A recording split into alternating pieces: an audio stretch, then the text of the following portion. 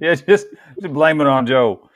Blame it on Joe. That's going to be the theme of tonight. We'll see when he gets here. Blame it on Joe. Oh, sorry, we're live. I'm not supposed to be doing that live. Ladies and gentlemen, welcome back to the Chase and Jay Show. Tonight's special guest is Joe the Mountain Jedi, who's running behind. He'll be here eventually, and if not, you're stuck with us lovable two fools. Yep. So if you don't know, as XAN had said in the chat, the pre-chat, that made me think we were accidentally live. Thanks for that, XAN. Pre-chat's kind of like pre-cum. It's all right. Oh man, you didn't hit the 5-minute mark. You made 37 seconds. We're not getting dinged for that, are we? I don't know. Are we? Not like we're getting paid for it anyway. Right. This is free anyway. We'll refund all of your money if you don't like it. Actually, I know it's funny. I've talked to Joe a lot, but being a dude, I never actually asked him about his personal life. So, I know he spent time in Arkansas. I don't know if he's from Arkansas or what. I just know he has been to Arkansas. So we're going to hopefully find some actual stuff out about Joe on here. Right. Anybody got questions for Joe? Put them in the chat, and that way, help the show out. Make our jobs easier. For sure. Oh, so, who's over? Oh, go ahead. I'm sorry. I walked on you. Go ahead. Oh, you're good. So last weekend, Bike Fest Lake of the Ozarks, we did that 10-minute live. Yeah. I was holding my phone up out here, and I was like, dude, this sucks. I did not plan this well enough, whatever. And we got, so it was a good weekend, a weird weekend. It was really hot too, but, unfortunately it was kind of, I hate to say it, it's kind of like carnage packed. We had one of our local switch frack friends, basically Greg Ogle, got in a pretty bad wreck on his trike. Shout out Crazy Legs. Hospital. Yeah, Crazy Legs. He's still in the hospital and will be for at least a couple of weeks while they have him on, blood thinners and whatnot. Which I think he's 68 years old, so they want to observe for a while, I suppose, which is fair. That's fair. But then a couple of Ray and Bill's friends were two up on. I didn't hear the full story on this one, but basically they got hit head on by another motorcycle, as I understand it. So I didn't hear that was just kind of part of the running down the list, unfortunately, from the weekend. Yeah, that sounded pretty bad. And then there were those couple of ladies that died between Houston and here, Savannah, Oklahoma, I believe is what they said. They got involved. I heard involved in a truck wreck. So I don't know if that was the truck wrecked and they got kind of caught up in it, or if they were all involved in the same accident. I don't know, but fortunately, a couple folks died, and then a couple more got injured and stuff. And it was just it seemed like every day last weekend was like, you found out about something new happening, something bad new happening. So, luckily, supposedly my bike works again completely. Right. So it works and it's quiet. Yeah. Right. Shout out to the Wagonators. What's up, guys? Saw them last weekend. There's Joe. There he is. Hey, gang. What's up, brother? What's happening, y'all? Sorry I was running a little late tonight. I don't know what gives with live streaming stuff. I mean, I have all kinds of connectivity problems out here in the garage, but anytime I try to upload something or if I'm watching a video, boom, it just rips it right off. So I don't know. I'm probably just too dumb to figure out how to do it. You're all good. We had already let everybody know, that it was all your fault. And, you're right in that. If they needed to put anything in the comment jar, just mark it Joe the Mountain Jedi and we'll call it a day. Right. But, yeah. So anyway. Joe, can you bring your mic down just a little bit? It's a little hot. Can you turn it down? Yeah, sorry about that. No, well, it may just be me too because I'm half deaf and I talk real loud. Right. Let's see here. I'm doing this off of earbuds, so bear with me. Brother. No worries.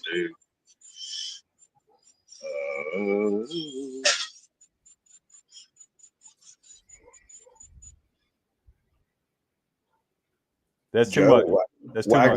Waggling that bike work thumb at us over there. You see that? A little higher.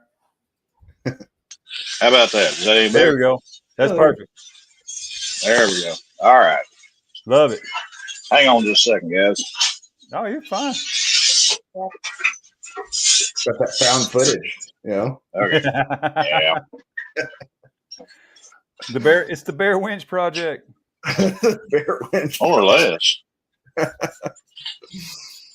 Oh, There we go. All right. Yeah, like I said, sorry about that. I'm having to do this off my damn phone. No worries. no, you're good. I, A lot of I people do it that way. Works pretty well, honestly. Yeah, worked well last weekend. Yeah, well, you know, it works okay right up to the point to where you don't notice, hey, my charger sucks and my phone died. We'll carry on. We'll carry on, yeah. Well, thank you for joining us, Joe. Everybody. Yeah, man. I appreciate y'all having me. Oh shit, anytime, brother. So we try to do a little past, present, future. That's easy enough, right? So where you're an Arkansas boy, born and raised, or? Oh yeah, yeah. I was actually born in Ozark, but I grew up in Van Buren. A little Fort Smith area. Uno momento, por favor. Yeah, no worries.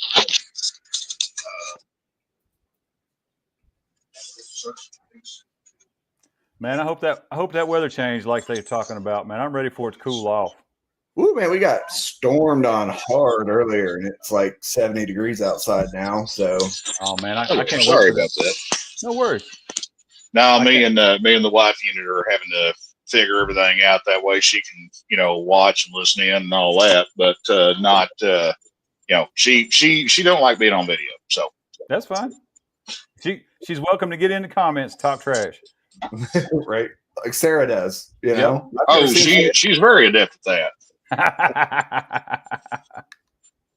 There you go. Neil Sorry, says hi. having to. Hey Neil, what's up, man? How you been, brother? But no, she's constantly giving me a rash of shit on my videos, and then you know she's usually the instigator on Rainey's videos, and here lately on Lila's. So you know basically she's general pain in the ass, but I love her. Man. Shots fired all over the place. Right. You know? No, truth spoke. but no, she's a little gimpy. Yeah, I just got told I was number one. But no, she's a little gimpy right now after a wreck and everything. But she's improving. It's a day by day thing. Yeah, I think I missed some of the updates there. She's back home and recovering and everything. Yeah, we got her home out of the hospital Thursday, and you know, she's just kind of taking it day by day. I mean, she's still got to use a walker to get around, you know, just because of some of the disorientation and the vertigo and everything. But, you know, I told her I'd get her some pink tennis balls for her walker. She didn't like that. Oh. All right. So Van Buren, right? And how long were you there? What'd you do? The guy who works on every motorcycle, I want to hear how this all came about. Well, let's see here. I moved to Van Buren when I was about 3 days old, or at least so I'm told.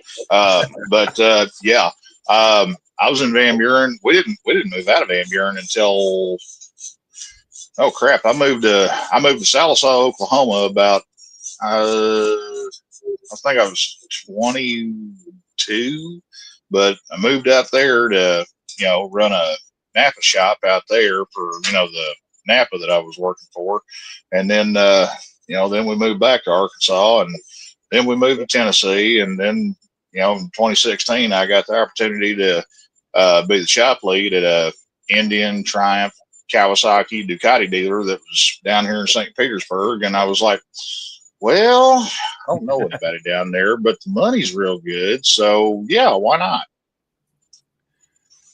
But yeah, like I said, that was kind of a spooky deal at first there, because whenever I moved down here, my daughter had just started her senior year of high school, and I wasn't going to be that dude and make her change schools, there at the start of her senior year. So basically, I found a raggedy ass RV that was in a trailer park, here in St. Pete, and I bought that thing for like $2,000, and I lived the 8-foot wide life for about 8 months while she was finishing up high school, and she was already enlisted to go to the Marine Corps. So, we packed up the house and, moved everybody down here and had everything in cardboard boxes and storage unit for 4 or 5 months while we were looking for a house, and it just kind of went from there, man. That explains why you and Shade Tree Search and Josh get along so well. $2,000 RVs and not knowing exactly what your plan is. Yeah. Well, I mean, it's one of those things where I didn't want to take my daughter out of school because that would have screwed her over. But the thing is, my son was 2 years behind her. So it actually helped him out because he had access to a bunch of programs down here that they just didn't offer up there in Tennessee. But, it was a lot easier transition for him than it would have been for her. But, it was one of those things I was kind of had it in the back of my head. I was like, if I go down there and I crash and burn and fall on my face, I want to be able to have a house to come back to. Yeah. Yeah. And so then, how long did you stay at the dealer? Say what now? How long did you stay at the Indian Triumph? Ducati? I was there for roughly 4 years. See, the funny thing is whenever they hired me on, they kind of neglected to tell me that the business was in the process of being sold. That would have been good to know on the front side. But, hey, it is what it is. The new owner, literally the first week that he was there and he had operational control of the thing, he gathers everybody around for a meeting and he's like, hey, I don't really care about motorcycles. I'm a car guy, but the thing is, I want to sell a bunch of used motorcycles and we're going to buy a bunch of bikes at auction, fix them up, and that's what we're going to focus on. And I'm like, oh, shit, here we go. So I kind of, let's just say that I knocked heads with management more than a few times over the course of about 3.5 years. And there may have been more than once where I made the statement, fire me, I dare you. But, So are you head of service there or were you just in the shop or what? Well, I ran the back shop. I was the lead tech there. And, we did, man, they did everything, slingshots, side by sides, a little bit of ATV stuff, but there's not that big of an off-road market except for, like the Razors and side by sides, here in South Pinellas County. And most of those are, all the bro code crowd that go hang out on the beach and, they're trying to compensate for something. Let's just leave it at that. But yeah, I'm the schmuck that got stuck doing all the slingshot work. And man, I tell you what, I mean, you remember when you were a kid and you got your first go-kart and you got so damn mad because you just couldn't figure out what the hell was wrong with the damn thing. Yeah. It's pretty much the same vibe. It just kind of grows and expands from there. Let's put it this way. I'm a fat guy and you couldn't chase me fast enough to give me a damn slingshot. What's going on, Jamie? I mean, that's just the truth of it. Yeah, they're kind of, okay, gosh, I didn't know we were going to be 13 minutes into this and get into the slingshot discussion, but here we are. Not motorcycles. Sorry. Yeah. If you really want to flip the script, let's start talking Vanderhalls, okay? I'm still in therapy over that crap. I've never really understood the draw of a slingshot. It's kind of those things where, like, just buy a Miata or just some convertible or something. Like, what's the draw of a slingshot? I don't know. I don't get it. The draw is people will hand you money if you provide them with a slingshot because they feel like that they need this in their life to make themselves feel special. And then the realization hits them, you know what?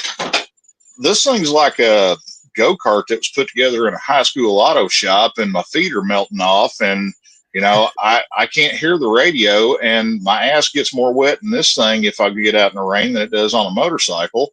And yeah. Yeah, no, but then again, not a probably has a steering wheel. No, not a motorcycle. But it also around here, probably 3 out of 5 of them, about 3 out of 5 of them that you see rolling around, they've got enough LED lights plastered on them to where they could, serve as a backup, guiding system for, Tampa International Airport. And, they got 17 speakers strapped all over them with, at least one, if not two spare alternators. And yes, that's the thing on those things. Yeah. And speakers pointing out, just out into the crowd. Yep. Yep. I mean, it's wild, dude. Yeah. It's like Pimp My Ride lost a wheel and everybody thought it was so much cooler, and nobody has come to their senses yet. Do they still make those? I honestly don't know. Like, do they make new the ones? Slingshot? Oh yeah. Oh yeah. Indian sells the shit. I mean, Polaris sells the crap out of them. Really? Oh yeah. And yeah, well, the big thing around here is there's several different companies that buy them and they rent them out for all the vacation crowd, and they'll, they'll rent them for like, the one place we were doing all our service work for, it was like $350 or $400 for 4 hours, something like that. I mean, it's pretty good racket if you want to know the truth about it. Cause I mean, they were charging like $1,000 for a 48-hour rental on them. Wow. No. Yeah. Ouch. Yeah. No kidding. So basically what it boils down to is you got a Chevy Cobalt with no roof, one less wheel, and a crappier stereo. There you go. Oh, and by the way, the doors don't open. You got to Dukes of Hazzard it in through the window. Right. Yeah. Right. Yeah. Into your wet seat there in sunny South Florida. Yeah. No, I just so rarely see them around here anymore. I kind of forget they exist. And we were at, Bike Fest Lake of the Ozarks last weekend, and I saw a few of them out there. And a couple of them did the the wave at me, and I was like, "Don't you dare!" Like, yeah, it's like, well, this is awkward. What do I do? I'll wave at mopeds or the Can-Ams or whatever. Like, I don't care, man. That dude, those people flinging fingers out the window of that Slingshot. I'm like, nope, wrong line. Not gonna be cool. Yeah, Can-Am cool, Slingshot not. Yeah, no, not here for it. Yeah. Well, I mean, have you guys ever seen the Vanderhalls? Yep. Yeah, dude, the original, the first Vanderhall that came out, the little Venice. Oddly enough, I got shafted working on those things because of the fact that they have the same motor and drivetrain that my wife's car had. It's the little turbo 1.4 that comes in the Chevy Sonics, and everybody's like, "Oh, he's got one. He knows all about them." And I'm like, "Oh shit." It's like, that's the mommy mobile, guys. I mean, I bought that thing for her. I ain't even changed oil in that bastard yet. But I changed more in my lawnmower than I do that car. Well, I mean, the thing, yeah, there you go. Actually, I think that company may be based up in Clearwater, just north of me. Actually, Galveston Slingshot rentals on the side. I didn't realize that. Oh, that's Galveston. Okay. I'm looking at it on my phone because my computer is loading right now and I can't see crap. But yeah, man, the Vanderhalls make the Slingshots look like a highly refined machine, dude. I mean, they are scary. I don't know. If I don't know. Oh God, man, the cockpit size of them is literally half of a Slingshot, and that's being generous. So it's kind of like a Morgan 3-wheeler. Maybe kind of. I mean, let's put it this way. I'm 6'1", I weigh about 280, and me and my service manager that was probably about 5'10" and, maybe 200 pounds on a good day. We couldn't sit side by side in this damn thing. I mean, we could, but we're all like, we're getting really friendly. I will say that looks way cooler than a Slingshot to me, because it kind of looks like a Morgan 3-wheeler, like it's kind of vintagey looking or whatever, but yeah, it's it's still a car, that's for sure. Yeah. Well, it literally, it's a car. Those things use all the drivetrain and engine management from the Chevy Sonic, transmission, axles. Now this is where it gets weird. Those things have a cantilever front suspension, and the shocks are a coilover, and they lay long ways on top of the frame rails underneath the hood. But here's the wild part. they take the wheel hub from the rear axle beam of the Sonic that they use as a donor vehicle, and they bolt that damn thing where the strut mount normally would be on a conventional strut suspension on the inner fender part. And they've got a hind joint with a link rod that goes from the spindle over to that. They're using the hub bearing assembly as a pivot point, and then the shock attaches to the other side of the flange that the wheel used to bolt on. Hey man, that's just redneck engineering right there. That's exactly what it is. I mean, dude, it literally looks like something that was built in a high school auto shop class. I'm like, I kind of want one of these now. I don't know what you're talking about. You're getting me interested. Well, the chassis on these things, the chassis on them is like an aluminum tub, but the wild part is it's all made out of stamped and pressed flat plates, and they've got tabs where they slot together, and it literally just slots in, and then they weld the slots together. I mean, if you broke the chassis down and cut all the welds out of it, it would stack flat on a 4x8 sheet of plywood, and you'd have a stack of aluminum plates about maybe a foot tall. Yeah. Oh, geez. Starts at $34,000. Yeah. Never mind. I'm out. Yeah. That's where they start at, dude. I mean, the people that are hardcore committed on the Vanderhalls, and they're few and far between, but they're out there. Man, I mean, we sold some of these things by the time that we optioned them out and put all the gizmos and farkles on them and everything. Dude, the sticker price on this thing would be, on the high side of $60,000. I'd rather have a Caterham. I'd rather spend that kind of money if I'm going to buy something that's just fun to drive, because you don't ride that, you drive it. Yeah. So I'm going to buy a Caterham if that's what I'm going to, just a little small sports car, run around, look cool. But about the same price as a performance bagger, Yeah. Well, I mean, dude, for that kind of money, I'll go find me a couple of shitbox CRX Hondas and, do whatever the hell I want with them, because I miss my CRX. That thing was like a go-kart with a roof, man. Or 240SX or a Miata or something.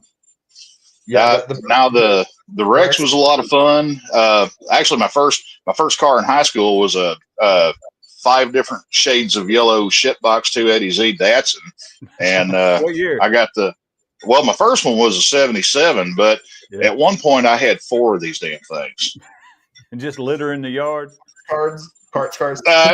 More or less, yeah. It started out, I had a 77 280Z, and then I had a 75 model 260Z that was carbureted. And the girl I was dating at the time, she looking around and she come up with a 71 model 240Z, and it was actually a fair lady. It was the first year that the 240 was imported here into the States. And I wish I'd have kept that one, because those were actually worth some money now, because it had all fiberglass front clip and everything. And the prettiest out of all of them. Well, that was a 1-year wonder on that. But and then I had a 76 280Z that I bought sight unseen just as a roller. It didn't have an engine or a transmission in it. And, I was buying it thinking I'd be able to salvage some of the interior out of it to put my 77 that I had, because by this time I'd pulled the fuel injection off. I had a ported head, had a real rowdy cam in it. We had 10-to-1 pistons in it, had a Holly 4-barrel running the damn thing, Doug Thorley headers. I mean, normal gearhead shit. But anyway, me and my dad, and this is, pre-internet, me and my dad, we get up to this old man's house and we see this 280Z sitting there, and I'm like, nah, there's no way it's that car.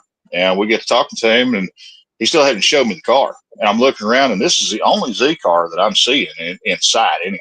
And I mean, this old man had a bunch of stuff sitting out there, some real nice stuff. A couple of El Caminos. He had an old Mercury Marauder. Some real oddball stuff. And I get to looking around, and after about 20 minutes of bullshit and a tire kicking, I'm like, so where's this 280 you're talking about? He's like, oh, that's it over there in the barn. I'm like, that? And I looked at my dad, and I'm like, yeah, we're buying a car.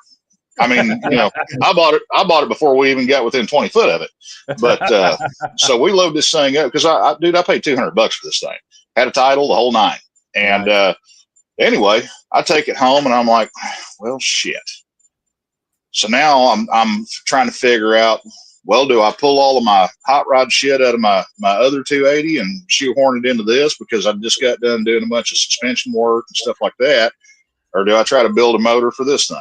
Because I I didn't have another motor to build, and me and Dad got to farting around, and the hood was off of it, so we end up, we had this empty 305 block and a turbo 350 tranny case, and just on a lark, we swing it over in there, and we're like, shit, this fits pretty damn easy. And you know how things go from there. That evolved into a roller cam 400 small block and a 5-speed out of a Firebird. So that was fun to drive, man. The rear end in that car was putting in some work for about a year until it finally checked out. Oh, it had you left the original rear end in it with the Firebird. Oh yeah. We had a drive shaft shop at Fort Smith make a drive shaft for us, and it wound up being about this long. Nice.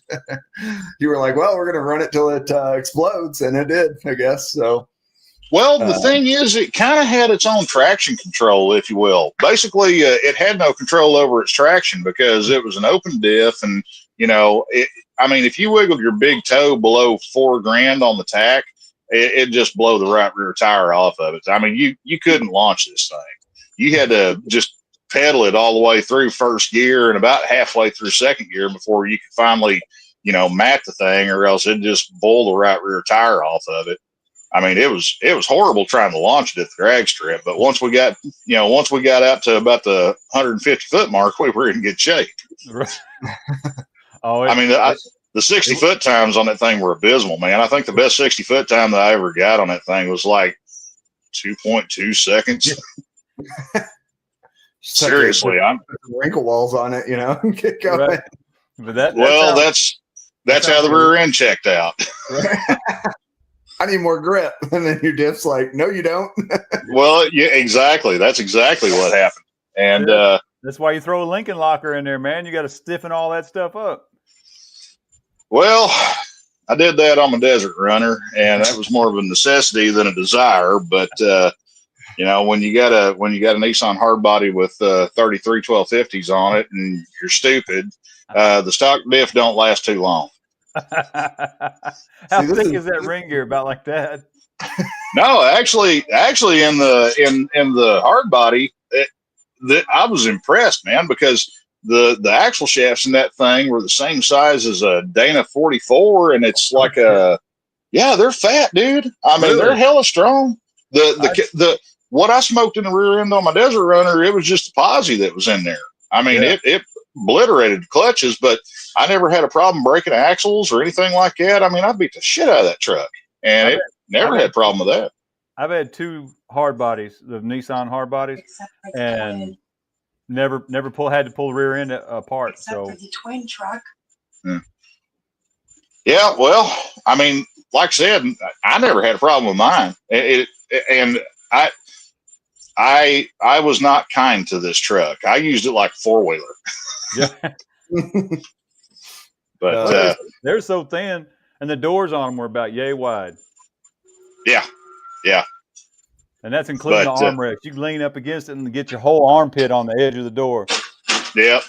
Me and the wife unit, when our daughter was like a year and a half old, we took off for a weekend, and this is when we were living in Oklahoma.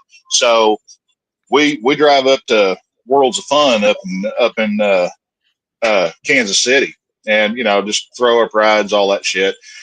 Well, we were going to take her little Tempo that she had, and it popped a head gasket on the way out of town. And I'm like, screw it, we're going on vacation. So we take my Nissan. And dude, when you remember the old Mud King XT mud tires that you used to be able to buy everywhere? Yeah, real big. I mean, they looked almost like the original TSL Swamper tread. Yeah. Dude, those things howl like an airplane at 75 mile an hour. About like a co-op motor. Co-op motor. Yeah, like the old all tracks they used to sell at co-op. Nah. Yeah, damn, that's been a minute. Especially on the concrete highways. Wasn't so bad on the asphalt, but boy, on that concrete, it just reverberate all the way through your skull. You can feel it in your nasal passages. Yeah. Yeah, and plus it's middle of summer and the truck doesn't have any AC in it, so we got the windows down, so we're getting a double dose. And the whole time you're going down the highway, it's like this with the steering wheel. Hey, that's better. That's better than that damn Jeep death wobble. So, Oh, dude, I had my fill of that. We had a '94 model Grand Cherokee that was all-time four-wheel drive. It had the V8 motor in there, and yep. actually, that's the truck that we took down here the first time that I ever brought the wife and the kids down here to Florida to go to Disney and all that shit. And we drove that thing from Sallisaw to here, and Woo! yeah, dude, that was an experience. 14 mile a gallon the whole damn way was the best I got out of that thing. That's way better than my Ford van, though. That thing was about 10 and a half. Every 98 miles, you had to find a place to stop, or you was stopping whether you wanted to or not. Yeah. So what was your first bike? Well, I started on an old school JR50. That's what Dad bought at a flea market whenever I was like 4, and he got it up and running. And that's what I started learning to ride on. And then I was a big kid for my age. I've always been big. But I've been over 6 foot since I was like 13 years old. But Tapped off. Well, no.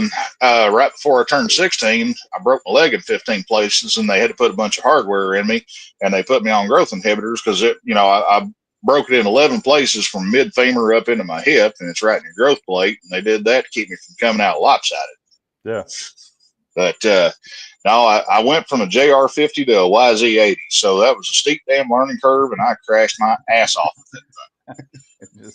And kept that around for a while. And then my first street bike that I ever had was a little Kawasaki 250 Eliminator. It was 91 model. But yeah, that was my first street bike. And man, I rolled like 60, almost 65,000 miles on that thing before I sold it off. Yeah, but them 250 Eliminators is kind of like those Honda 250s, man. They just keep going as long as you do basic maintenance on them. The only snag, because it was the same motor as a 250 Ninja, and the only snag that I had on it is it ate a cam chain tensioner one time. And well, I take it back. Also, the damn shift shaft where it goes on the selector wheel on the end of the shift drum. I was pulling out of the driveway at Mom and Dad's house, and we lived on a dirt road, and it was about 200 yards before you got to the pavement. And I'm pulling out of the driveway at Mom and Dad's, and when I shifted into second gear, the damn thing broke, and a chunk of it stuck in the primary gear on the back side of the clutch basket, and it locked the rear wheel up, killed the motor, and put me on my ass right there in front of the house. So, especially on the gravel. Yeah, well, warranty got to pay for some new body work on that one. So, so I got lucky on that one. Dad decided he wanted to buy the extended warranty because he figured I'd just tear the shit out of it because I was a dumb nuts teenager. He was kind of right. A wise investment, that's what you're telling us, right? Yeah, like I said, he was kind of right. Yeah, so I've always kind of wondered, because you were when you were on Josh's channel more, and then you kind of got your own channel and everything. People who know as much as you do about bikes, cars, mechanical things. I'm always just like, where's that come from? It sounds like your dad's always been kind of into stuff, and you've had a used car lot out in your front since you've had the 4Zs and everything like that. So you've just kind of been doing mechanical stuff your entire life. Well, my dad, funny thing is, my dad had a associate's degree in auto body repair, and he never worked in a body shop a day of his life. My dad was a professional truck driver, and he drove for Whirlpool for 34 years.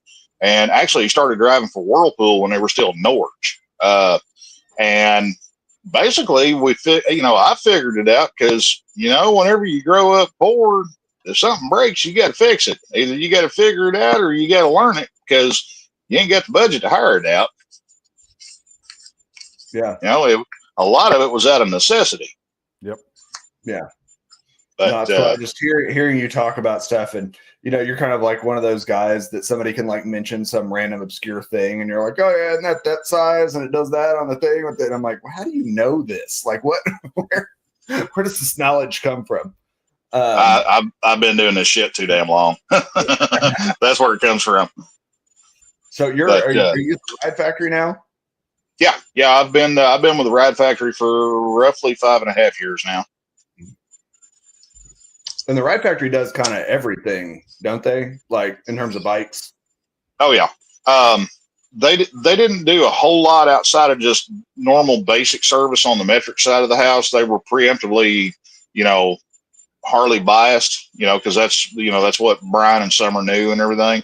And then I talked them into hiring my goofy ass, and next thing you know, we've got 3-cylinder, 2-stroke Kawasaki's sitting in the corner, and half a dozen CB 750 Hondas parked out front, and they're like, "Where in the hell all these old motorcycles come from?" I'm like, "I don't know. They just find me." But No, that's awesome. If you build it, they will come. Yeah, well, see down here, I don't know what it's like up in Arkansas anymore, because I all of the guys that I grew up with, so to speak, working in the shops up there, most of those guys have aged out or, unfortunately passed on. But down here, none of the dealerships will touch a motorcycle that's more than 10 years old anymore. That's a hard stop for everybody. It ain't just Harley, it's everybody. And a lot, and I mean a lot, of the independent shops down here, if it's got a carburetor on it, they won't touch it with a 10-foot pole. And okay, I mean, I've got stuff from the 50s sitting in the shop right now. I got a couple of panheads up there. But we had what was it? It was a 63. No, it was a 59 AJS. We had up there last year. I had a couple of BSAs that come and go. I've got a fair share of Triumphs that, old, a lot like the stuff that Jared Weems gets into. I send a lot of the Triumph stuff his way, but I've got 2 customers that are the old BMW R50 fanatics. I mean, I've got one of them especially. I shudder to think how much money he's invested in this bike just in the 5 years I've been working on it. But this thing is literally time capsule pristine. I mean, he spent $900 last summer just to have the speedometer itself restored. This guy don't play, but man, it's beautiful. I mean, it's the sexiest Art Deco toaster on 2 wheels you will ever see. I was gonna say, I don't know if the R50 is the exact same or very similar to the 51, 52. But it's a 50/2. Both of my I've got one guy, he's got a pair of 50/2s, and I've got another guy, he's got a 60/2. But just walking up to him, look at them, unless you look at the badges, you can't tell them apart. Yeah, I think that's technically the bike that inspired the R18. Even though I'm like, I don't really see that, but sure, I'll take your word for it. No, kind of, sort of. Thank God they didn't. Thank God they didn't stick with that damn Earl's fork. Yeah, I've seen them in person. I haven't seen people that ride them in person though. That's pretty cool if he actually rides it. I've seen him as like a showpiece, but it's not running, whatever. I've got one customer that, and I bust his balls on this all the time, and he takes it in good stride. But I've got one customer. He's got a 50/2, and also he's got a Triumph Trident, and both of these bikes are just immaculate. And he might put 200 miles a year on them, something like that. But he does get out and ride them on occasion. But the majority of the time, he's got them sitting over in the corner of his living room, literally in his living room. But with the size of this feller's living room, with the kind of money that he's got in his living room, I am not going to tell him what to do with his living room. Huh? And now I'm over here on Chase's side to say hi. Oh, thanks. I was like, oh yeah, I forgot we started streaming it on my channel, but we don't really advertise that. We just have it so the video's sort of saved over there. But yeah, thanks for the double watch, Busted. Appreciate it. So Sarah will regularly have 4 or 5 computers out, trying to get views and whatever. But we did realize it doesn't work that way. If you're in the same house, it doesn't work. So Joe, what's your current ride? Well, the daily, it's confused. The Master Glide doesn't really know what it is anymore because it started out as an '06 Yamaha Roadstar, and then it started having Harley parts and Honda parts and a bunch of fabricated shit and some stuff that really shouldn't go on there in the first damn place tacked onto it, but it works for me. I had 1700 Roadstar. I've got about 135,000 on the thing now. Whenever I bought this thing about 3.5 years ago, it was showing 45,000 on the clock. So it don't have any grass growing underneath it. But well, the thing is, I'm bike only, man. My daily commute round trip from work to from the house to work and back is right at 70 miles. So Yeah.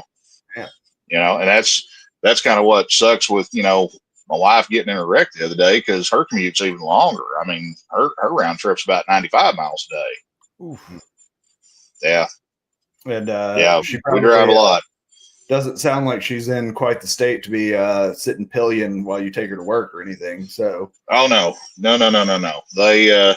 They put a titanium plate, 4 screws, and a hunk of bone from some dead guy named Bob in her neck. That way, she wasn't a permanent bobblehead.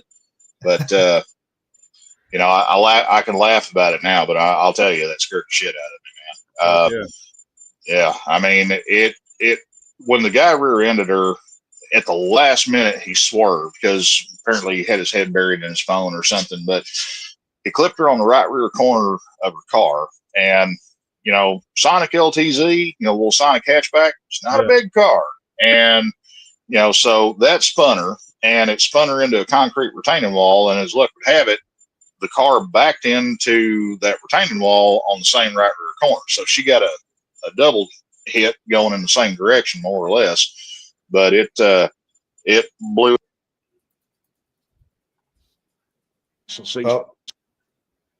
And they ended up having to pull the disc out and put a plate in her because it was it caused so much tissue damage that it was putting pressure on her spinal cord. So yeah, not good. Bueno. Yeah, I know when you popped up in the Discord and kind of told us you did not have your normal tone. So I was like, this must be pretty bad because Yeah, Joe doesn't normally sound like this,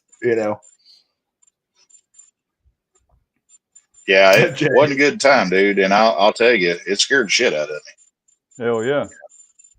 But I'm glad to hear she's all right, though. I mean, no worse for wear. Yeah, well, I mean, she woke up on the right side of the grass this morning. Right. Yeah, we looking down at it, set it up from it. Did you get her that? Yeah. Did you get her the pink tennis balls yet, though? No, I had to order them. Amazon didn't have them on 2-day. I mean, I can go down to the pet store and I can buy blue ones, but blue just ain't her color. That's fair. I mean, nobody likes to have blue balls, Joe. Okay. Well, see, and that's the thing. I'm trying to be polite about it, but I didn't want to, give any kind of subtle undertone to that and give her a case of blue balls. Because that would just be rude, See, now I'm like, it's a bummer that she doesn't want to get on camera because I want to see the reactions. I want to see the reactions to these comments. I'm sure reactions she's got plenty. Oh yeah, there is. There's a lot of sign language that goes on around here. She's over there observing, making sure she's got the shot collar ready, Yeah, well, that's the 4th finger I've got tonight. Right. We've been putting up with each other for 28 years now, so we're too damn invested to start over, and we're just too tired of putting up with each other's shit to try to figure out somebody new. Yeah, right. Yeah, we're starting over. Hell no, I don't want to know anybody else. What do you mean? What are you talking about? Right? Yeah, if you're mad at me, go down the hall. Yeah. So how's your journey on YouTube been so far? Since you're kind of off on your own, dude. Kind of been just winging it as I go, And I mean, I'll be the first to admit I didn't know shit from Shinola about YouTube when I started, and it really ain't improved that much. I just kind of figure out what not to do. Whenever you get that email from YouTube that said, "Hey, don't do that," it's like, well, I better not do that. Oh, neither one of our channels are big enough for that letter yet. Yeah. hell, my channel ain't big. I mean, I've got a lot of people that, stalk me and, basically just hang around and hear me make inappropriate jokes and, tear shit up while I'm trying to fix it. But, Right. the viewership I got, I tell you what, I love the shit out of them. I mean, they're a hell of a good bunch of people. I can't say enough how much it has meant to me and the wife, just how many people checked in with us, whenever she got in a wreck and all that. And I mean, it's pretty overwhelming if you want to know the truth about it. Yeah. It's humbling. It's got to be humbling for sure, Yeah. Because not banging my own drum here, but the thing is, it's like I tell everybody, I ain't nobody special. I'm just some dumb monkey with a wrench. And it kind of got to a point. I mean, before I started YouTube, I was filming with Josh, and it's roughly an hour from my house to where I work. And then it's roughly an hour from the ride factory to Josh's place out there in Valrico. So we had one day a week where we could get together and try to film some stuff. And I started doing it with him, whenever I was recouping from a wreck I had a couple of years ago. I had a customer's bike try to kill me, and I wound up with a busted collarbone and 9 broke ribs out of the deal. That wasn't fun. But, yeah, I was about a half mile down the road from the shop, and I was doing about 25 mile an hour, and the front wheel just locks up out of the blue and puts me on my ass. It pissed me off because it didn't even cost $100 worth of damage to the guy's bike. And I'm like, well, you're welcome, I guess. As you hobble back to the store. Oh, and there wasn't no hobbling there. I knew my collarbone was busted, but I knew I had something else going on, but I didn't know what it was. And all 9 of the rib fractures were over here on my left side, so now my shirts fit a little looser over here. But man, I couldn't breathe. It was everything I could do to just sit up there on the side of the road, and that was kind of spooky whenever you can't breathe, man. Yeah. At least it was on the left brain, side. That lizard brain is like not computing, It doesn't make sense. Exactly. Well, I started actually when I started filming with Josh, I was doing that just to kind of rehab and kill some time a little bit, because actually that first video that I ever made with Josh, when we were rebuilding that shovel-headed FXR that he's got, the one that everybody calls Wet Spot, that was right at about 3 weeks after my wreck. And I wasn't supposed to be on a motorcycle. Actually, that day that we started filming for that bike, that was my first day back on a motorcycle since my wreck. And, it was 3 weeks after my wreck, and I'm still terrified I'm going to have to sneeze or cough or something like that, because it feels like somebody's stabbing me. But, I'm like, oh, what the hell? Let's do something different, And I went over to help him out on that thing, and we started doing shit like that. And then, just with everything he's into and everything he's got going on and everything I've got going on, it just, it got to where we kept having stuff come up and we kept missing each other. And I'm like, well, shit, if you'd asked me a year ago if I wanted to start a YouTube channel, I'd have been like, hell no, I don't need that in my life. But at that point, I was kind of sucked into it and stuck. So,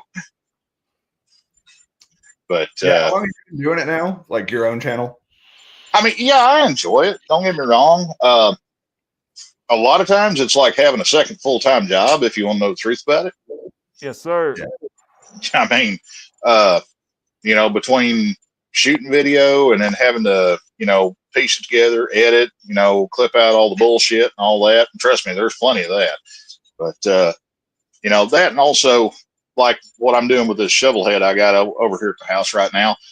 This is one of my customers from the ride factory. This isn't a Ramblin' Park bike, but I brought it over here at the house because I'm so damn busy at the shop that I really can't do custom work at the shop right now, because I may do something for 5-10 minutes and then a phone ring or somebody come in or somebody says, hey, where do I find this? And, I mean, I can wear out a pair of boots in that building pretty damn fast.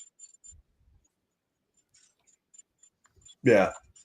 If you had it to do your way, money no option kind of thing, what build would you like to do?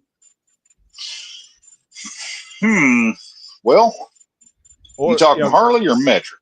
anything. If somebody put money in your hand, what would you like to build for yourself? Even a Vanderhall if you want. Yeah. No, no. My Vanderhall just got totaled out by Geico a couple days ago, and little Turby did his job. He kept her safe, but yeah, I'm not going to run out and buy another Sonic to replace it. But if I had to do one on my own, I've done a shit ton of Honda single cam choppers, like CB750 chops, stuff like that. I've done a bunch of cafe racers. I wouldn't mind doing a CB750 single cam build for me as a cafe bike, but then again, I kind of want to do one as a chopper. So I'd pretty much have to build two of them side by side and just do one of one and one of the other. D-rake chopper or a long front chopper? I don't know if I'd do it D-raked. I mean, kind of keep it conservative, at the most, do like a 6-over front on the thing. Yeah. Maybe add a little bit of rake to it, but my thing is I don't buy into trailer queens. If I can't ride it, I don't want it. Yeah. And by ride it, I mean if I can't put my ass in the seat and reasonably expect to do a 1,000-mile trip on it, then it ain't for me. Right, we're keeping the shocks on this one. Yeah. He's not talking about the 200 mile per year R50. No. Those bikes are gorgeous to look at, but they're actually quite terrifying to ride with the front end on those things. But they're weird. Have you ever driven a Ural? I have not. Around the parking lot, but never just out on the street. Okay. Well, when you were driving that one in the parking lot, did you notice when you got to about 15 mile an hour, the front end would start trying to go into a tank slapper for a little bit? Yeah, and it had a sidecar on it.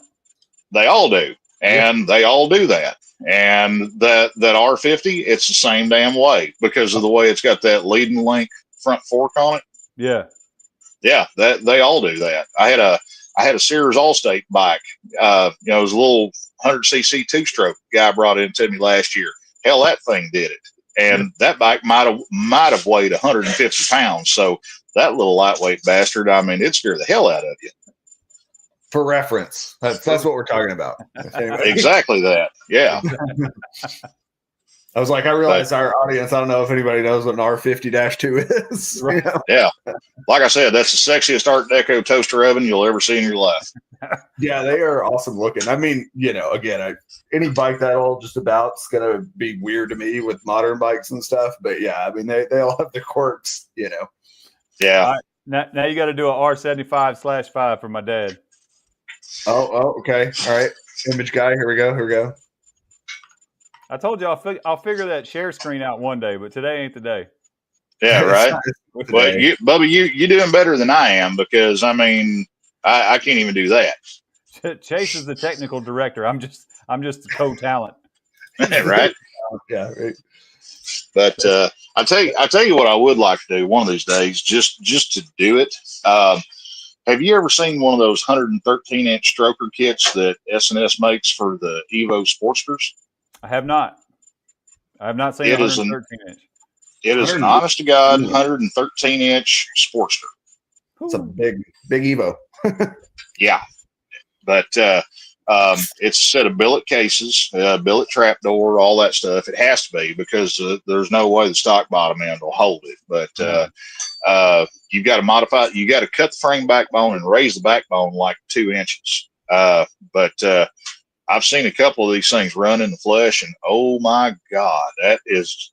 And if you start out with a stock 883 and you leave the body looking stock, with all the graphics and everything, dude, you talk about a sleeper and a half, man. It's unreal. But yeah, there was a guy at our house at Bike Fest Lake of the Ozarks weekend that was on 883. And now that they've kind of discontinued the Evo and gone to the Nightster and the new style, the Red Max stuff, I realized I don't see a lot of that, that Evo Sportster. I don't see a lot of those around anymore, especially not an 883. So I was kind of like, oh, now it's like a weird thing to see an 883 sitting in a parking lot, There's actually quite a few of them running around down here. I did a 1200 build. Well, actually it was a 1250 motor But I did a 1250 build on an 883, and this guy had this 91 883. It was first year 5-speed Sportster, and he bought it brand new and clean bike, gorgeous bike.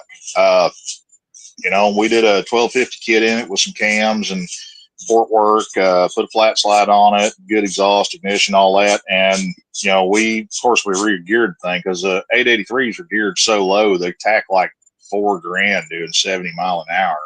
I mean, they'll vibrate your teeth out. But it sounds like you're just strangling it. Yeah, I mean, you're just revving it to the moon, man. But that 1250 Sporty, that thing come out nice, and you could definitely make some money off that bike on Saturday night. Yeah. Yeah. Josh has doesn't he have a 1250 Sportster of some kind? Yeah, that off-road Sporty that he built. He's got a SNS 1250 kit in it. That's right. I was like, I knew he did the SNS 1250 on one of those bikes, but he has 37 bikes, and I don't keep up. Yeah. If you were going to suggest a big jug kit for the 883, who do you prefer? Who do you like? Well, that's the thing. I don't buy the kits. What I do is, if you're doing a 1200 kit on an 883, it's stupid simple. And especially nowadays, you don't have to cut the 883 heads. And for a street build, I would rather start with an 883 head from a porting than swap them out for 1200 heads. Unless you get lucky enough, you come across a set of those Buell Thunderstorm heads. Those things are awesome. But what I do is I just buy the replacement jugs from Ted's, and they're already, pre-machined. They've already got clearances set up. They're already honed. And then, you just do normal setup on it as far as your ring gaps and all that stuff.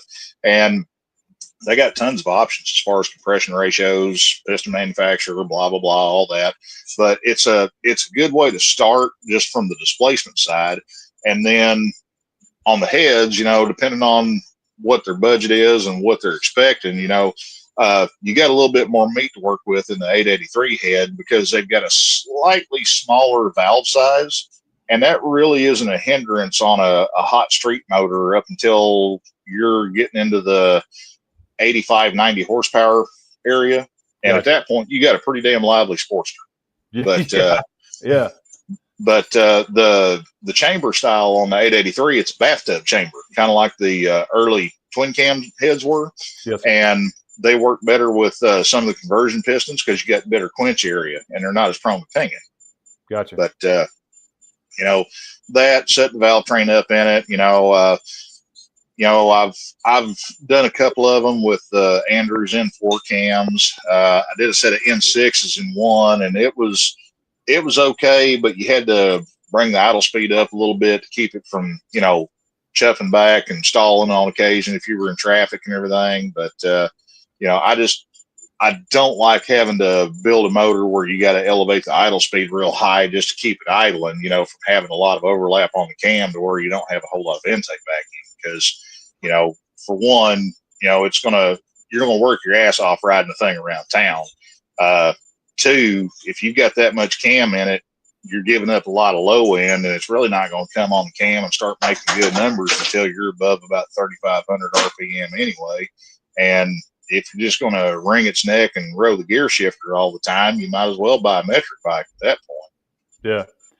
And if you're having to run your idle speed up, if you're at 1,700 but you're tacked out at 4,500, that doesn't give you a lot of room to play with. So you're just having to bang the gears out all the time. Yeah.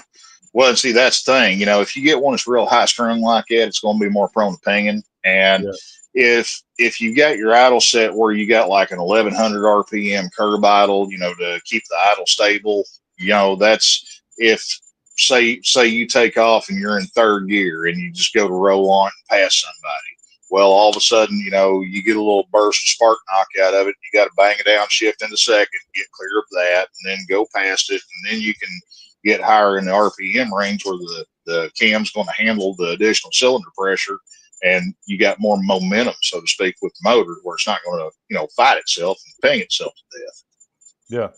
And there's nothing worse than spending a bunch of, not necessarily on bikes, but like hot rod trucks and just, stuff there's nothing worse than spending a bunch of money to hop your ride up, like your car, or your truck, or whatever, and then it just drive like shit. Yeah, you got to babysit it, and and it just ruins the experience. You spend all this money and time, and now you're like, well, crap. I either didn't do my homework or I expected a different result. Yeah, and again, see, I didn't do my homework. We get into that. We get into that all the time at work because people come in, they're like, "Yeah, I want a big bore." Like, okay, what are you going to do for cams? It's like, well, I'm just going to use my stocks. Well, okay, then save your money. Don't buy the big bore. Well, big bore will make more power. The internet says so. Yeah, but there's more to it than just making it bigger, Hoss. I mean, if you don't have the airflow going through the heads, you might as well just take a pile of $100 bills and light it a fire because your heads are making where you make your horsepower at. Yeah. I've had a couple people ask me, and and I'm no technician, mechanic, or whatever, and it's like, oh man, I was thinking about doing a big bore kit, laka, and I'm like, dude, what cam are you running? A stock cam? And it's like, yeah, well, go buy Andrews or go buy a Night Prowler or something. Put a cam in it first. Make sure make sure it can breathe with the space that it has, and then decide later on. Because if you upgrade your jugs later, you can still run that cam. Yeah. So do the cam first, do your exhaust, do your intake, and do the cam first, and fuck them big jugs and experience that, and then go from there. Yeah. Well, and it's like I tell people, if you just throw a big bore on there without doing anything else, no cam, no head work, no valve spring work, nothing like that, all you're going to do is make a lot of heat and a lot of noise. That's it. You ain't going to make much more power. Yep. I mean, it'll give you bragging rights at Hooters on Saturday night, and that's about it. I was going to say, I think there are plenty of people that are the noise is enough, Yeah. Yeah. Literally, it's a placebo effect because everybody thinks if it's louder, it's got to be faster. Oh. Jay, do you have your? I know you have a hard stop. So yeah, I'm back. Busted. I hear you, brother. If I had an M8, I'd probably grab a 3030 cam too.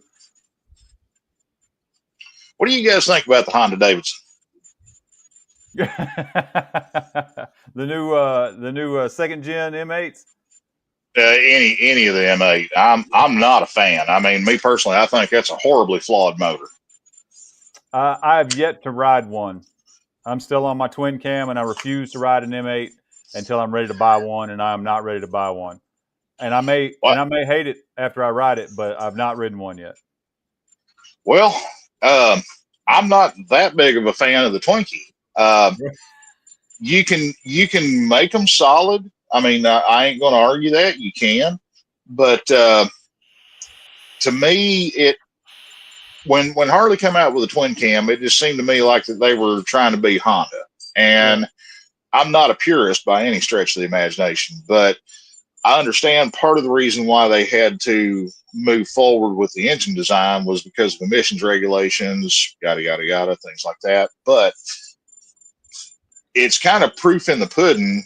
They pushed the twin cam on everybody for, 16, 17 years. And then all of a sudden, hey, we're going back to a single cam motor. And that's all well and good, but then they had to go and just go full potato on the top end of it because they're using the same lifters, but how they retain the lifters in the lifter bores is awful. I mean, you've got this little plastic tray that the lifters drop in, and it's held in with a single bolt. And you mean to tell me that that's going to keep that roller aligned on the cam lobe for the next 100,000 miles? I don't think so, bub. Yeah. And one of the first upgrades is upgrading those to aluminum. Yep. Yeah, I would say I know, I'm the not Harley guy, as everybody knows. But it's like not yet. Yeah, not yet. No, I mean I'm looking at the FTR, but that's the other American brand, the Eskimo scooter. Yeah, the North American. I don't know about American, but North American. I was going to say, I hate to pop your bubble there, Bubba, but the only the most American thing on an Indian is the sticker that says "assembled in USA." As long as it's allowed in the Hoka Hey, I consider it American, right? I ain't gonna take nothing away from it. The Scout was a damn good motor design, and actually, the Scout ain't even an Indian design. That the Scout started off as a 1-year wonder. It was the last year for Victory, and they robbed the engine and chassis platform from Victory Octane. Yep. But they kind of neutered it a little bit when they started calling it an Indian, and they put milder cams in the Scouts, and I'm sure they've changed them a little bit since then because I'm not privy to all the ins and outs of it like I was when I was working at the dealership. But you could take a stock Scout and you could take a stock Octane, and the Octane would just blow the doors off the Scout. Yeah. And little known fact, the Octane holds the record for the longest continuous burnout. I did not know that. That is a little known fact. There you go. Jay just spitting out knowledge here. It's like 2.2 miles before the back tire let go around a racetrack. He just kept the back wheel spinning. I kind of want to party with the guy that decided, like, hey, let's see if we can get the record here. You know?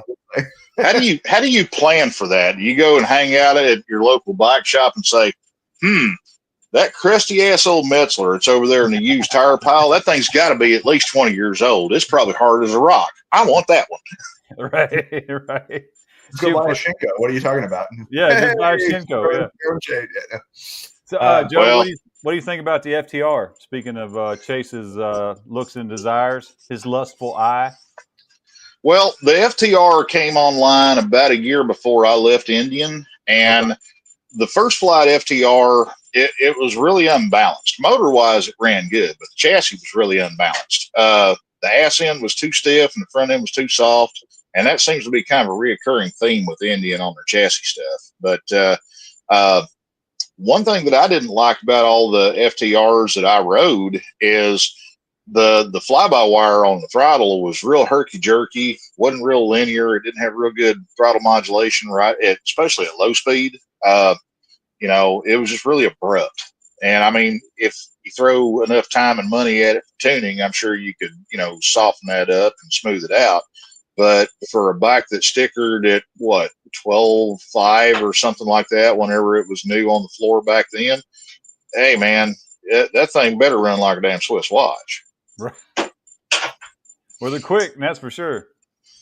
They were quick and they handled real good on smooth roads. But the thing is, until you did something about the saggy front end on them, anytime you grab a handful of brake, dude, it felt like you were doing a stoppie, even just using one finger on the brake lever, because the front end would dive so much and it would just unload the back end of the bike so much, it'd make the rear wheel chatter going into a corner like mad.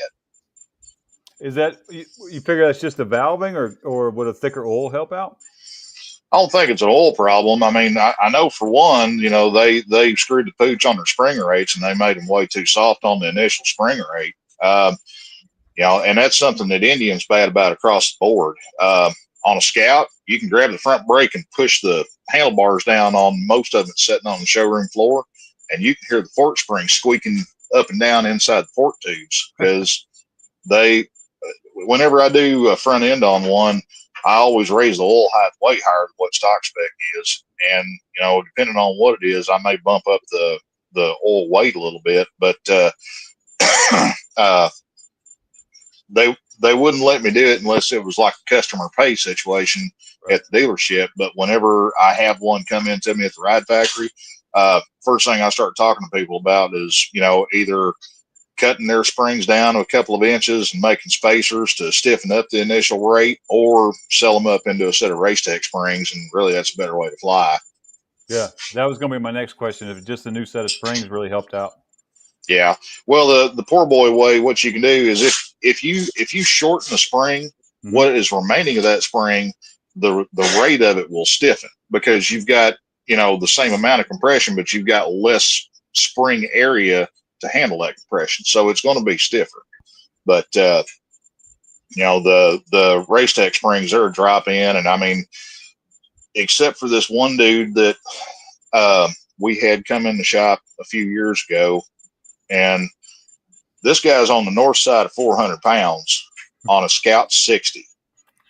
And he come in, and hell of a nice guy. I mean, I ain't taking nothing away from him, but he was a big old boy now. And I'm not exactly what you call svelte by any means, but I mean, you could build two of me out of this guy. He was a big one.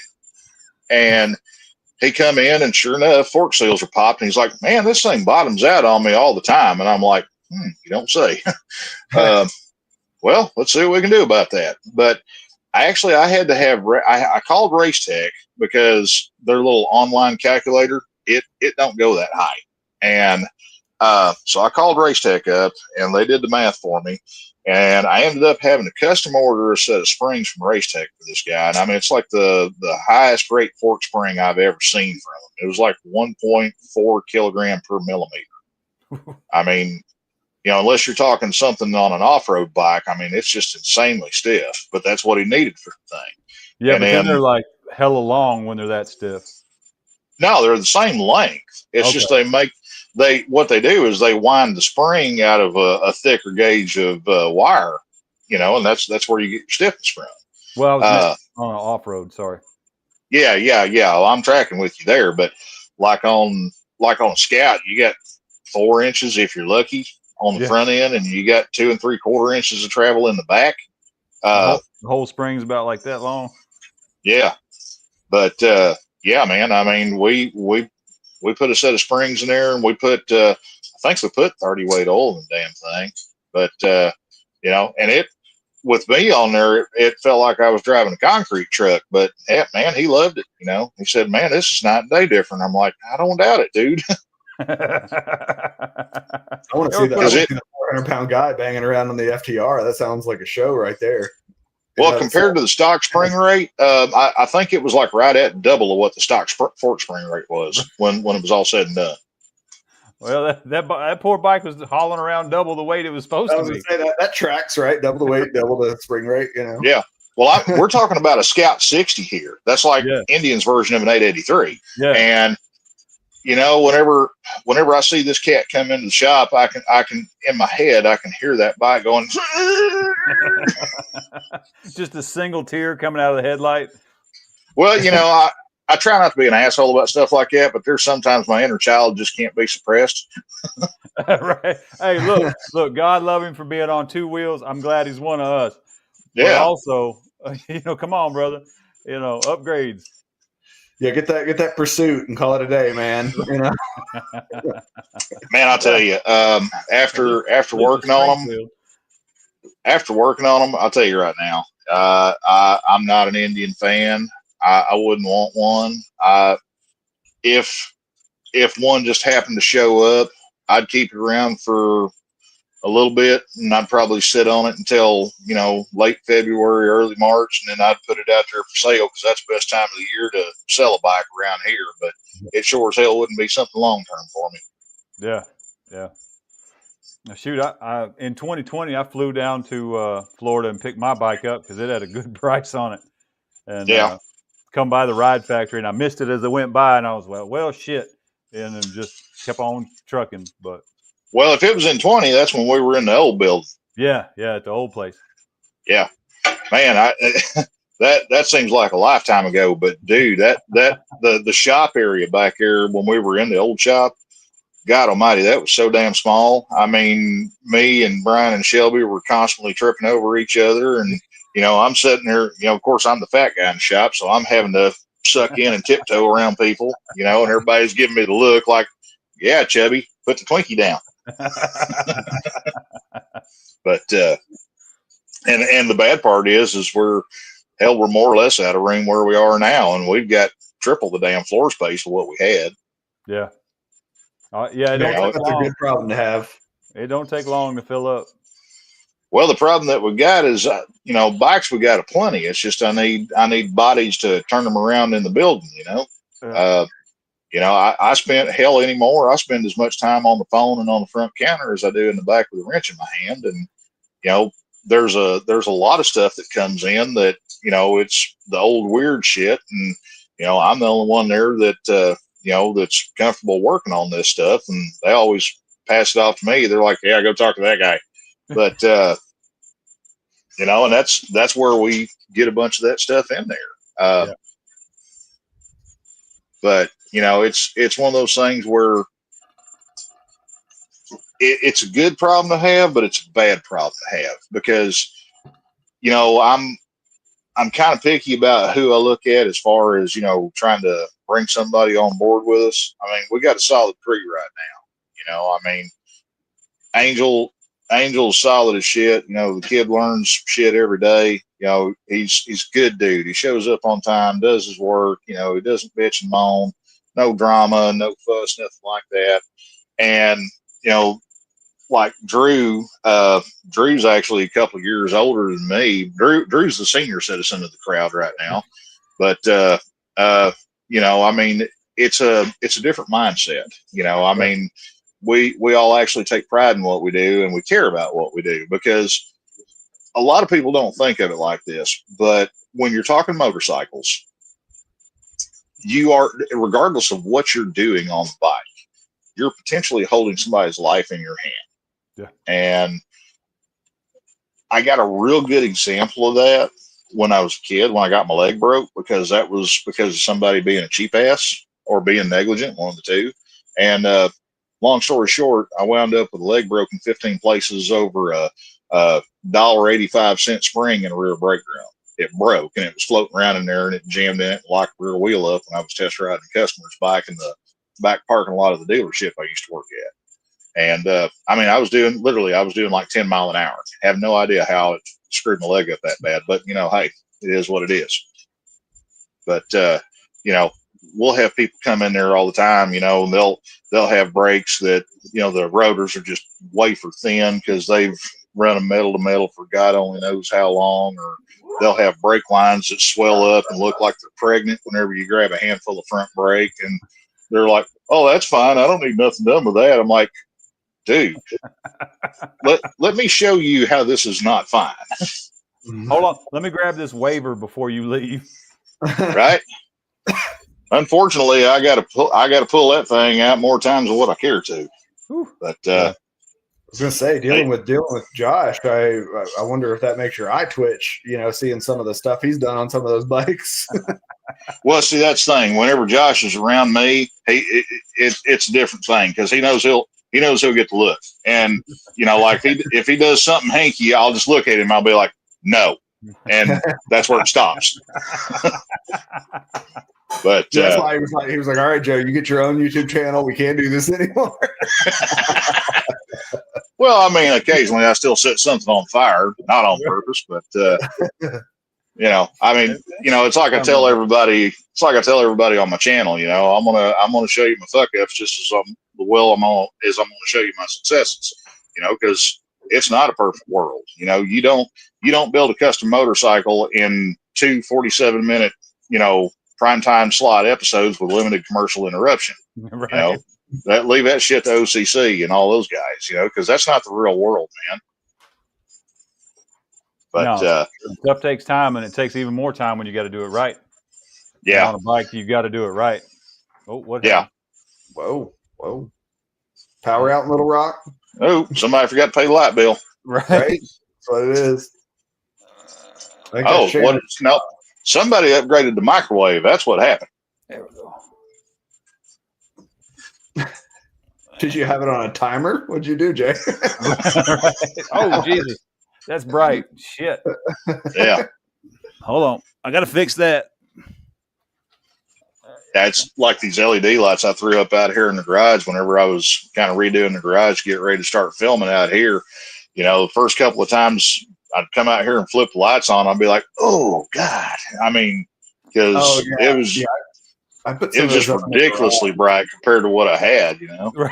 It's like you're on Amazon or whatever, and you're like, well, I mean, this 50,000 lumen kit's like basically the same price as the other one, so then you throw them all up on the ceiling and it's like surgery, Yeah. Hey, you're saving a fortune in flashlight batteries. Yeah. But no, man, I mean, when I was getting the lights hung out here and kind of rearranging the shop and everything to where I could get a lift in here and start doing stuff out here on the regular, because before I started doing the YouTube thing, I just drag my stuff up to the shop at work and deal with it up there. This was just junk and all my gun shop shit and all that stuff. But I had to have some place where I could work on motorcycles, and I've got so much stuff jammed up in the rafters, man, it ain't even funny.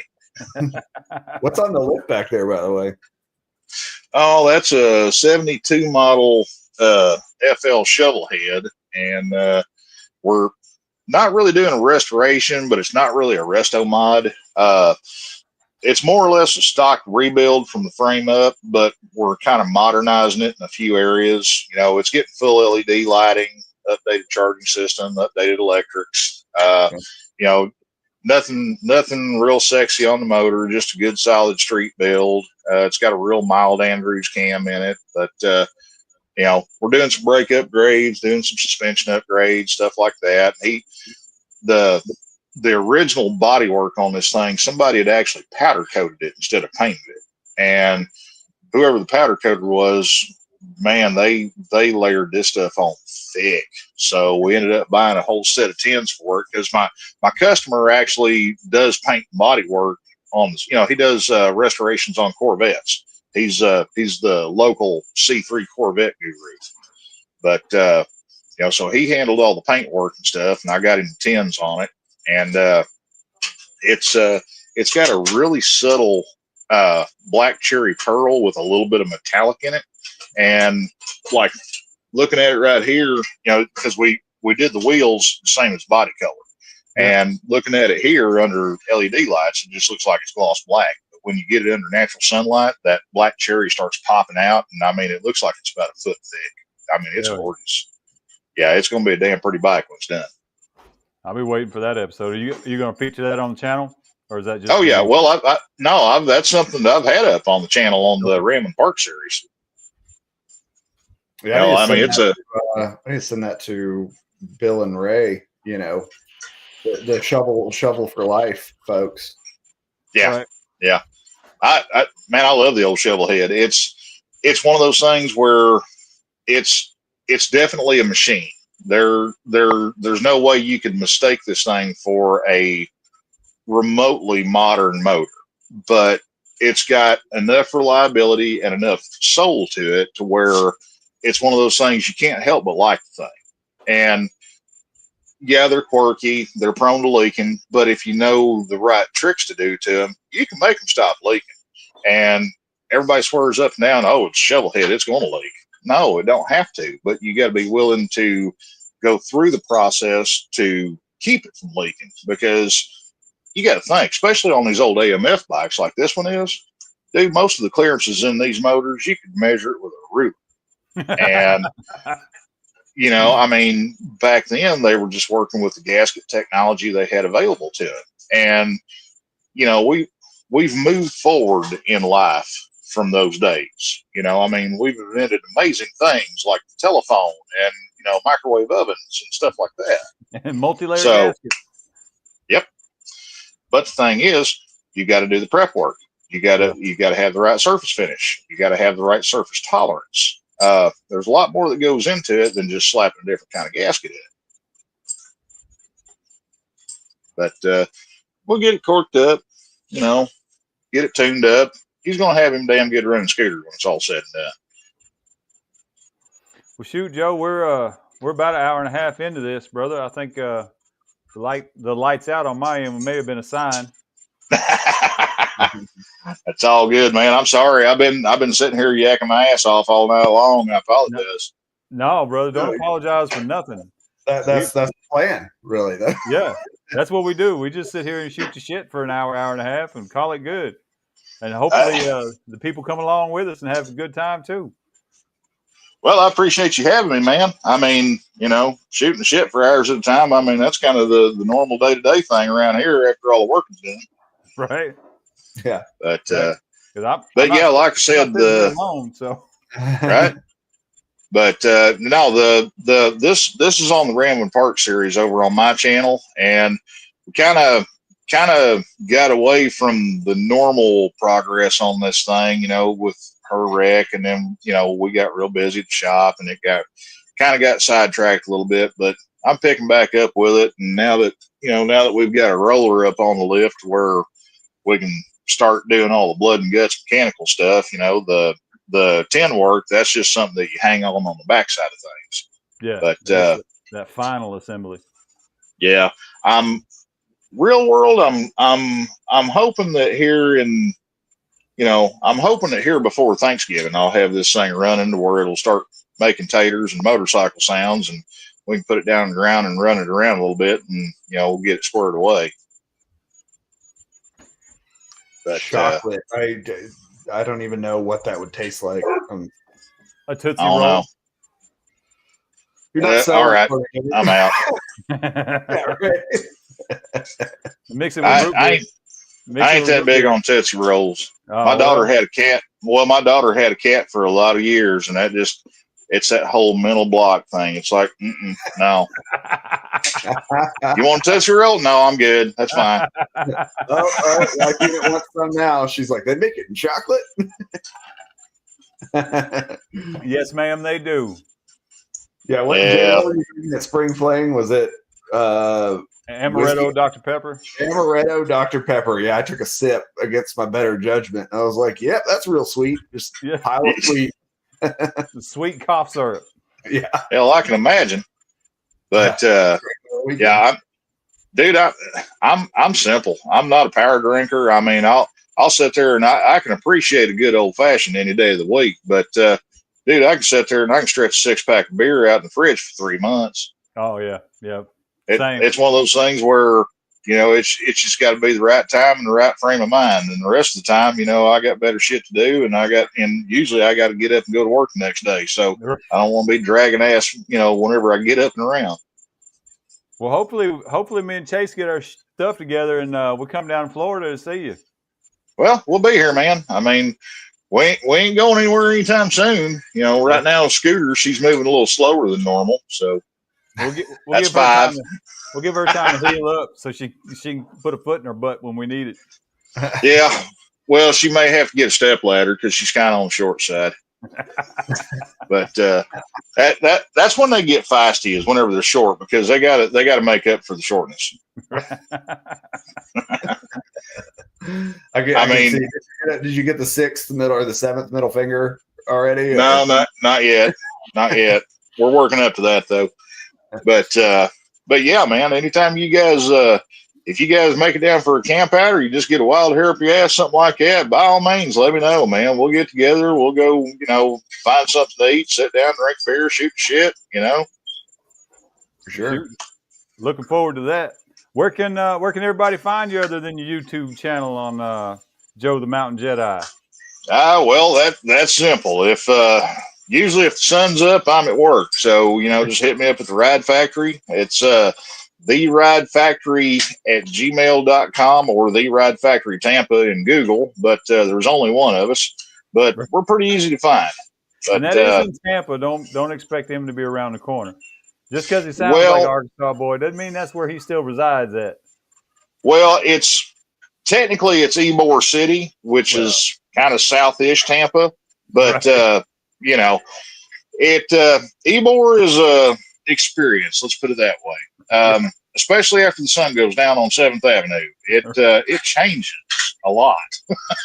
I was lucky enough to get out of there while the sun was still shining. So yeah, well, it's pretty much like stumbling up and down College Street up on the hill in Fayetteville, but with a lot more gunfire. Like from what I've seen of it, I feel like it's a little bit of a different experience than Dixon Street, but yeah, it's yeah. There aren't chickens running around downtown Fayetteville. The thing, you don't screw with the Ybor chickens, man. I mean, those things are tough.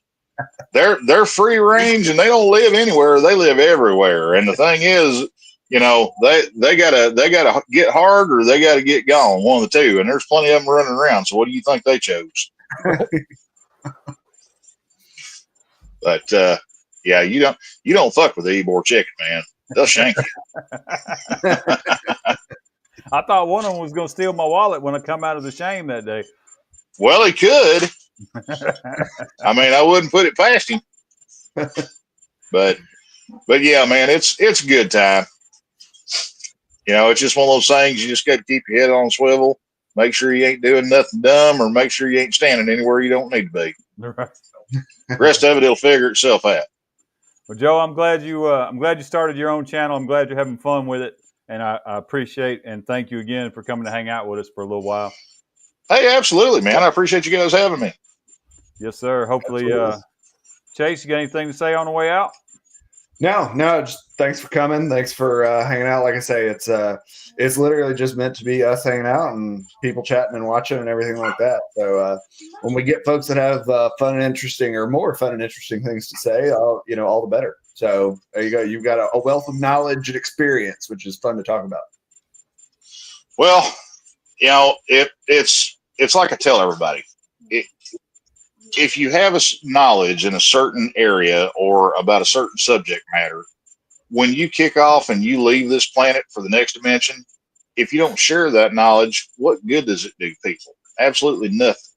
So if it's something you don't share, that knowledge is lost. Yep. You got to pass it along, man. A lot of lost knowledge out there. Yeah, unfortunately. Y'all anyway, gang. Y'all be safe out there. Take care of one another. Won't nobody else. Night all. Okay. Nighters, y'all. Thank you for having me. Yes, sir. Pull